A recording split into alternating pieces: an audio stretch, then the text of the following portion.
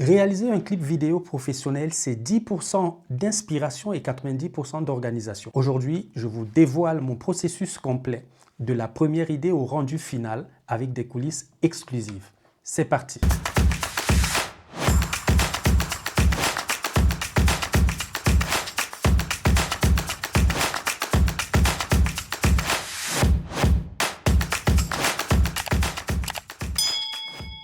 Hello les créatifs, ici c'est Logique. Je suis réalisateur et vidéaste professionnel. Il y a un moment que je n'ai pas fait de vidéo sur cette chaîne parce que sur les 2 mois qui sont passés, j'ai été très occupé à la réalisation de plusieurs clips musicaux. En ce qui me concerne, je classe mon processus en 3 phases. Idée et préparation, la pré-production et le tournage. Bien entendu, après le tournage, il y a une phase qui est la phase de post-production ou alors le montage. Mais je le classe principalement en 3 phases. Première phase, l'idée et la préparation. C'est une phase qui apporte de l'étincelle. Il faut discuter avec l'artiste, il faut comprendre ce qui l'a influencé dans le processus de création de sa musique et dans quel état d'esprit est-ce qu'il était lorsqu'il a chanté. Ça va vous permettre de mettre en place un certain nombre d'éléments et de parvenir à dégager un brief. Le brief est une étape cruciale du projet de l'artiste et de votre projet de création de la vidéo de son clip. Une fois que le brief a été défini, on peut donc se pencher sur le thème précis du projet. En ce qui concerne l'artiste Stéphane, on est parti sur un thème moderne parce que c'est de la musique, c'est du rock, mais on est parti sur un thème moderne avec des couleurs flashy qui sont des couleurs d'été et des tenues assez décontractées. Voilà, pour ressortir le côté jeune et le côté ouvert de sa musique. Tout au long du projet, mon job va consister à traduire l'émotion en images. Il faudra que celui qui regarde le clip puisse ressentir ce que l'artiste souhaite réellement qu'il ressente. Ce n'est pas une captation qui se fait au hasard, mais qui est sagement pensée avec des codes bien précis et bien définis. D'ailleurs, une astuce très importante, c'est de créer un mood board. Vous pouvez utiliser Pinterest. À partir de Pinterest, vous allez créer un mood board qui va sortir, qui va définir les couleurs et le thème précis sur lequel on souhaite aller. Contrairement à la plupart des vidéastes solo qui préfèrent shooter au feeling, ils vont se rendre sur le site. Une fois qu'ils sont sur le site, ils vont repérer des lieux selon qu'ils le ressentent sur le moment. Ils n'ont pas le temps de se préparer. Ils vont shooter en fonction de ce qu'ils trouvent sur le terrain. Contrairement à ces vidéastes solo, moi, je prends le temps de découper la chanson en scènes, en différentes scènes. Je prends le temps de scénariser chaque partie de la chanson et de le mettre en image pour qu'on puisse sentir une progression dans le montage qui va être fait. Comment j'arrive à faire ça? Pour avoir un storyboard qui soit percutant, qui soit le plus réaliste possible, je vais me servir de l'intelligence artificielle. Pourquoi je me sers de l'intelligence artificielle? Pour 2 choses. D'une part, je me sers de l'intelligence artificielle parce qu'il faut que je génère un prompt qui soit précis. D'autre part, il faut qu'elle arrive à me générer une image qui va me servir pour le storyboard parce que j'ai déjà le brief du projet, je sais ce que je veux faire, je sais où est-ce que je veux aller. Mais maintenant, il faut que le storyboard soit bien précis pour me permettre d'avoir une meilleure organisation, pour permettre à l'artiste aussi de pouvoir se projeter sur ce qui va être fait sur le terrain, pour me permettre de mieux organiser mon travail. Alors moi, dans le cas d'espèce, tout le monde utilise ChatGPT. ChatGPT, c'est payant. Moi, des fois, j'utilise DeepSeek. C'est une application chinoise qui a un tout petit peu ravi la vedette à ChatGPT je crois entre janvier et février 2025, mais là n'est pas le sujet. Donc, je vais aller sur DeepSeek et je vais lui dire, alors, j'ai besoin que tu me fasses un prompt pour l'IA de Envato. Envato, c'est un site sur lequel je suis abonné et sur lequel je vais aller télécharger des ressources, de la musique et consorts. Donc, je vais lui dire, je souhaite que tu me génères un prompt à destination de l'IA de Envato pour qu'elle puisse me générer une image. Et le thème de ce que je veux, par exemple sur le storyboard de Stéphane, vous voyez, je lui ai dit, je veux que Stéphane soit dans un véhicule en train d'écouter de la musique et de chanter sur sa musique pendant qu'il traverse l'Arc de Triomphe au coucher du soleil. Il part de chez lui, en réalité, il part de chez lui pour rejoindre ses amis musiciens. Ils vont donner un concert en plein air au parc de Belleville. Donc, je dis ça à DeepSeek. DeepSeek va me générer un prompt. Et idéalement, il me fait 2 propositions. Il me fait une proposition en français et en anglais parce que les IA comprennent mieux le langage en anglais. DeepSeek va être assez précis. Ce prompt-là, je le récupère. Je vais sur Envato Element et dans Envato, je vais aller sur la génération d'images. Je vais coller le prompt que DeepSeek m'a donné. Envato va me générer une image qui est assez fidèle en fonction du résultat que j'attends parce que je sais déjà ce que je veux. Et cette image-là, je vais la prendre et la mettre dans ce document que j'appelle le storyboard. C'est un travail de préparation qui est long, qui prend du temps, mais qui est ultra super important parce qu'il va te permettre d'aller plus vite au tournage. C'est pour ça que j'ai dit au début, 10% d'inspiration, 90% d'organisation. Je vais donc scénariser tout le clip sur mon storyboard, scène après scène, du début jusqu'à la fin. Bien entendu, sur le lieu du tournage, il pourra m'arriver d'improviser, mais vraiment très peu ou presque pas. Je vais avoir un tournage beaucoup plus structuré, je vais avoir le temps de bien construire mes scènes, je vais avoir le temps de bien choisir mon cadre, ma composition, l'éclairage et tout ce qui va avec. Ensuite, deuxième phase, c'est la phase de pré-production. En ce qui concerne la phase de pré-production, la première étape va consister à réunir l'équipe qu'il faut et le matériel nécessaire pour la production. Dans cette phase-là, c'est en fonction du budget qui est alloué pour le projet que je vais constituer une équipe. Je ne peux pas aller shooter seul parce que si je veux faire un travail de qualité, il faudra, à la limite, si je suis réalisateur, normalement, il me faudrait avoir un chef opérateur. Mais comme je suis cadreur, je peux bien faire en même temps la réalisation et le cadrage. Donc du coup, je vais avoir besoin quand même de quelqu'un pour me donner un coup de main pour tout ce qui est éclairage, la mise en place d'un setup lumière.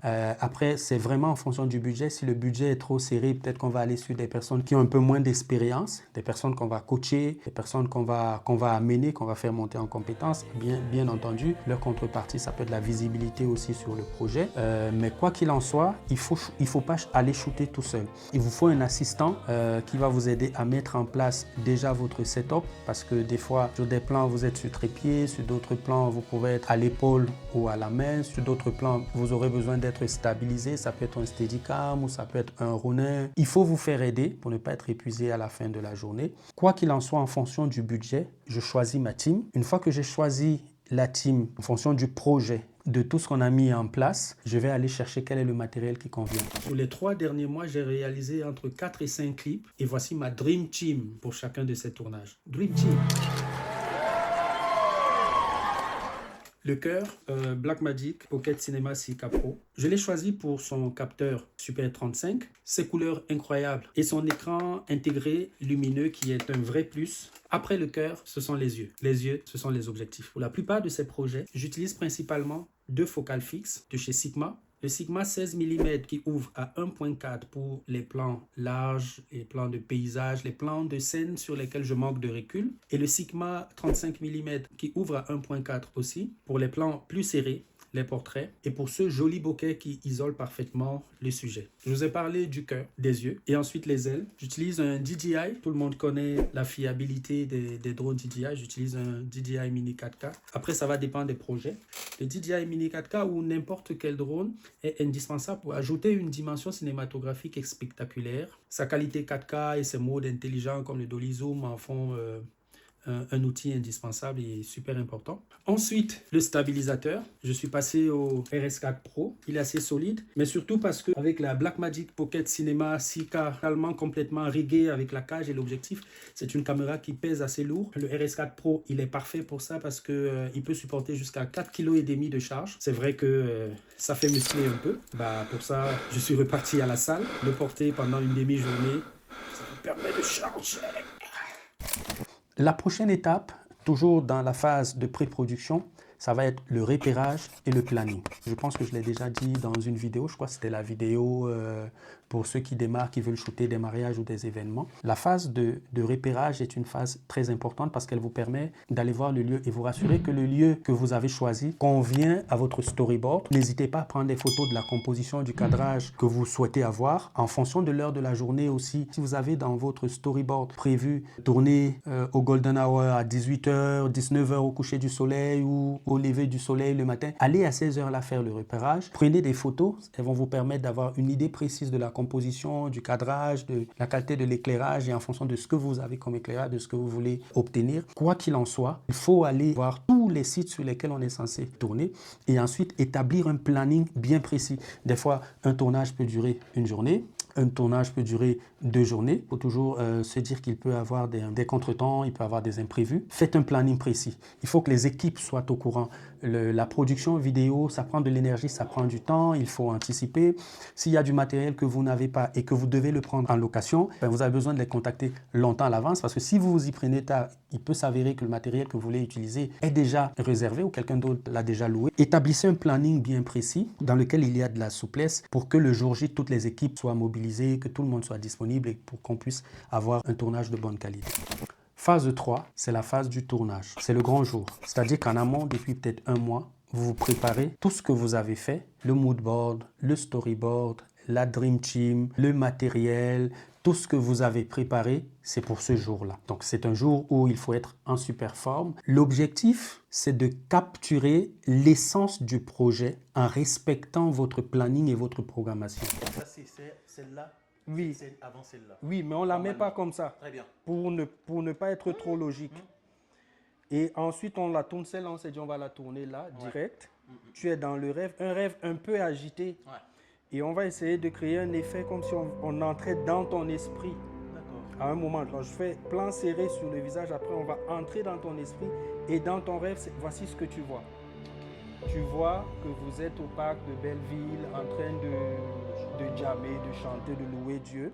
Un des aspects qui pour moi est un aspect capital, c'est mettre l'artiste en confiance. Savoir le rassurer, savoir le motiver, savoir le coacher. Il faut l'amener à donner le meilleur de lui. Il faut l'amener à être dans les meilleures conditions. En fait, un réalisateur est un peu comme un chef d'orchestre. Vous devez vous assurer que toutes les personnes qui gravitent autour de ce projet donnent le meilleur pour que quand le rendu final sera prêt, que ce soit de l'excellence pour tout le monde. Vous êtes un coach, vous êtes un animateur, vous devez lui dire qu'est-ce qu'il faut faire, dans quel esprit il faut le faire. Si c'est pas bon, n'hésitez pas à arrêter et à recommencer encore et encore jusqu'à ce que vous ayez trouvé la bonne prise. On vient de parcourir les 3 phases cruciales dans la réalisation d'un clip vidéo, à savoir l'idée, la préparation, la pré-production et le tournage proprement dit. Après, quand vous avez fini, il vous reste 2 phases clés. Il y a la phase de montage, qui est une phase très importante aussi. Après, peut-être que je ferai une vidéo là-dessus. N'hésitez pas à me dire en commentaire si ça vous intéresse qu'on fasse une vidéo complète sur la phase de montage. À partir du dérochage, vous avez votre storyboard, vous avez les plans que vous avez shootés. Vous devez dérocher en suivant votre storyboard. Ça fait que quand vous arrivez sur votre logiciel de montage, après, je ne sais pas ce que vous utilisez, mais c'est presque pareil chez tout le monde. Moi, j'utilise DaVinci Resolve Studio, la version 20. Et aujourd'hui,